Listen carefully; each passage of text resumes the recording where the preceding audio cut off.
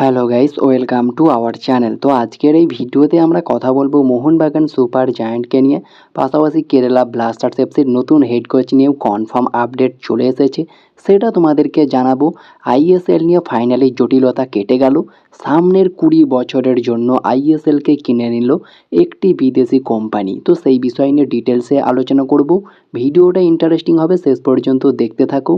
আর চ্যানেলে প্রথমবার এসে থাকলে সাবস্ক্রাইব করে পাশের বেল আইকনটিতে অল প্রেস করে দিও। তো চলো শুরু করা যাক। প্রথমেই আমরা কথা বলে নেব জামশেদপুর এফসি ভার্সেস মোহনবাগান ম্যাচের একটি আপডেট নিয়ে। তো জামশেদপুর এফসির সঙ্গে মোহনবাগানের অ্যাওয়ে ম্যাচ রয়েছে। জামশেদপুর এফসির home ground JRD Tata sports কমপ্লেক্সে সেই ম্যাচটি হবে। আর এর আগে কিন্তু একবার সমস্যা হয়েছিল, যার ফলে এইবারে কিন্তু জামশেদপুর এফসি একটা ভালো পদক্ষেপ নিয়েছে মোহনবাগান সমর্থকদের জন্য, যাতে সুষ্ঠুভাবে ম্যাচটা পরিচালনা হয়। সেই জন্য জামশেদপুর এবং মোহনবাগান ম্যাচে জেআরডি টাটা স্পোর্টস কমপ্লেক্সের ওয়েস্ট আপার স্ট্যান্ড কিন্তু সম্পূর্ণরূপে বরাদ্দ করা হয়েছে সবুজ মেরুন সমর্থকদের জন্য, যাতে কোনো প্রকার ঝামেলা না হয়। সেই সঙ্গে মাঠে প্রবেশের জন্যও কিন্তু মোহনবাগান সমর্থকদের জন্য নির্দিষ্ট করে আলাদা একটা মেন গেট করে দেওয়া হয়েছে, যেটা কিন্তু খুবই ভালো একটা বিষয় এবং ভালো একটা পদক্ষেপ, যাতে কোনো প্রকার ঝামেলার না সৃষ্টি হয়। তো এটা খুবই ভালো একটা খবর। জামশেদপুর এফসি ম্যাচে কিন্তু মোহনবাগান সমর্থকদেরকে নিয়ে কোনো প্রকার যেন ঝামেলায় না জড়ায়, সেই ব্যবস্থাটা পুরো ক্লিয়ারলি করে দিয়েছে। পাশাপাশি ইস্টবেঙ্গলকে নিয়ে একটা খবর রয়েছে। বিধানসভা ভোট থাকার কারণে আগামী 24শে এপ্রিল পাঞ্জাব এফসির সঙ্গে ইস্টবেঙ্গলের ম্যাচ রয়েছে, আর সেটা ক্লোজ ডোর করার জন্য বিধাননগর কমিশনারেটকে কিন্তু আবেদন জানিয়েছে ইস্টবেঙ্গল। বাকি দেখা যাক পরবর্তীতে কী আপডেট আসে এই বিষয়ে। পাশাপাশি মোহনবাগানেরও কিন্তু 26 তারিখে ইন্টার কাশির সঙ্গে ম্যাচ রয়েছে, আর যেটা কিন্তু কলকাতাতেই হবে সল্টলেক স্টেডিয়ামে। তবে নির্বাচনজনিত নিরাপত্তার কারণে এই ম্যাচটাও আপাতত স্থগিত করে রাখা হয়েছে। তো দেখা যাক এই ম্যাচের নতুন তারিখ কবে ঘোষণা করা হয়। এরপরে যদি আমরা কথা বলি কেরালা ব্লাস্টার্স এফসিকে নিয়ে, তো ফাইনালি কেরালা ব্লাস্টার্স এফসি তারা তাদের হেড কোচ ডেভিড কাটালাকে অফিসিয়ালিভাবে থ্যাংক ইউ জানিয়ে দিল গতকাল রাত্রেই।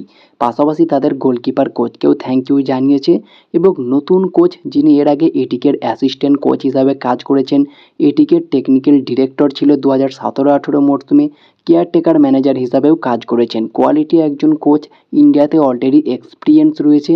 তো সেই কোচকে কিন্তু এবার ফিরিয়ে আনছেন কেরালা ব্লাস্টার্স এফসি। অফিসিয়ালি কনফার্মও হয়ে গিয়েছে। তবে হ্যাঁ, গতকালকে রাত্রেই অফিসিয়ালি অ্যানাউন্সমেন্টটা হয়েছে, একসাথে দুটো অ্যানাউন্সমেন্ট। একদিকে ডেভিড কাটালাকে বিদায় জানিয়েছে, একদিকে অ্যাশলি ওয়েস্টউডকে কিন্তু স্বাগতম জানিয়েছে। তবে এই অ্যাশলি ওয়েস্টউডের সঙ্গে অনেকদিন ধরেই কথাবার্তা চালাচ্ছিল। ফাইনালি গতকালকে তিনি ইন্ডিয়াতে চলেও এসেছিলেন কোচিতে, তারপরেই ফাইনাল সিদ্ধান্ত নেওয়া হয়েছে। তো এই নতুন কোচ অ্যাশলি ওয়েস্টউডকেই কিন্তু কনফার্ম করেছে কেরালা ব্লাস্টার্স এফসি তারা তাদের নতুন হেড কোচ হিসাবে। তো দেখা যাক, ডেভিড কাটালা তো পুরোপুরিভাবে হতাশ করেছে। এটিকের এই প্রাক্তন কোচ কী করে কেরালা দলকে নিয়ে, এখন সেটাই দেখার। এরপরে যদি আমরা কথা বলি আইএসএল নিয়ে, তো ফাইনালি সব চিন্তার অবসান কিন্তু ঘটতে চলেছে। যদিও এফএসডিএল এগিয়ে আসেনি, তবে এফএসডিএল এর থেকেও বেশি অঙ্কের টাকায় কিন্তু আইএসএলকে কিনেছে 20 বছরের জন্য একটি বিদেশি কোম্পানি। তো সেটা কোন কোম্পানি? সেই কোম্পানিটার নাম হচ্ছে জিনিয়াস স্পোর্টস, যারা কিন্তু সরাসরি বিদেশি প্রিমিয়ার লিগের সঙ্গে যুক্ত রয়েছে, এবং যে অ্যামাউন্টটাই তারা আইএসএলকে কিনছে 20 বছরের জন্য, হিউজ একটা অ্যামাউন্ট। প্রায় 2129 কোটি টাকার একটা বিড কিন্তু করেছে এই জিনিয়াস স্পোর্টস। পাশাপাশি কিন্তু আইডাব্লিউএল অর্থাৎ ইন্ডিয়ান ওমেন লিগের জন্যও কিন্তু কমার্শিয়াল রাইটস পেয়ে গিয়েছে এআইএফএফ, আর সেটা হচ্ছে ক্যাপ্রি স্পোর্টস। তারা কিন্তু ইন্ডিয়ান ওমেন্স লিগের জন্য আবেদন করেছে, প্রায় 150 কোটি টাকার একটা বিড করেছে। আর এই বিষয়ে অফিসিয়ালিভাবে সিলমোহর পড়বে 29 তারিখে। তো একটা ভালো রকম খবর কিন্তু বেরিয়ে আসলো বর্তমান সময়ে। সামনের 20 বছরের জন্য আইএসএল নিয়ে আর কোনো চিন্তা থাকবে না। কমার্শিয়াল রাইটস নিয়ে জিনিয়াস স্পোর্টস তো এগিয়ে এসেছেই। তবে হ্যাঁ, ফ্যানকোডও কিন্তু একটা অফার করেছে। তাদের টাকার অ্যামাউন্টটা অনেকটাই কম, প্রায় 1000 কোটি টাকার মতো। তো দেখা যাক এআইএফএফ কোনটা চুজ করে, 2129 কোটি টাকা নাকি ফ্যানকোডের 1000 কোটি টাকা। তো 29 তারিখে পুরো কনফার্ম আপডেট জানিয়ে দেওয়া হবে। এরপরে যদি আমরা মোহনবাগানের একটা আপডেট নিয়ে কথা বলি, তো মোহনবাগান টিমে কিন্তু হঠাৎ করেই অজি তারকা দিমিত্রি পেত্রাতস কিন্তু সাইড লাইনে ফিজিওর সাথে আলাদাভাবে অনুশীলন করছে। তবে কি তিনি অনুশীলনে চোট পেলেন, এই বিষয় নিয়ে কোনো পরিষ্কার আপডেট তো নেই। তবে দিমিকে আমার মনে হয়, পার্সোনালি যেটা মনে হচ্ছে, আপাতত দিমিকে কিন্তু একটা ম্যাচ হলেও বেঞ্চে রাখা উচিত। পরিবর্তে স্টার্ট করার দরকার রয়েছে সাহাল আব্দুল সামাদকে। সাহাল আব্দুল সামাদ কিন্তু কোয়ালিটি প্লেয়ার, দারুণ খেলে থাকে।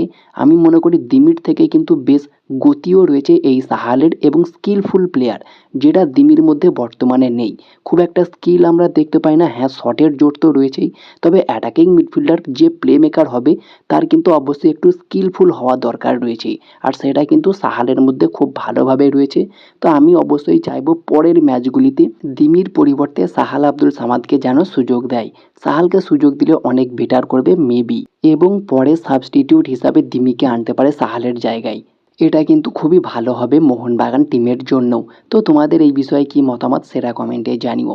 তো এই ছিল আজকের ভিডিওটি ভালো লাগলে লাইক শেয়ার কমেন্ট করে আমাদের চ্যানেলটিকে সাবস্ক্রাইব করে দিও, পাশে থাকা বেল আইকনটি ক্লিক করতে একদমই ভুলো না। তো দেখা হচ্ছে নেক্সট কোনো ভিডিওতে। Bye bye, have a good day.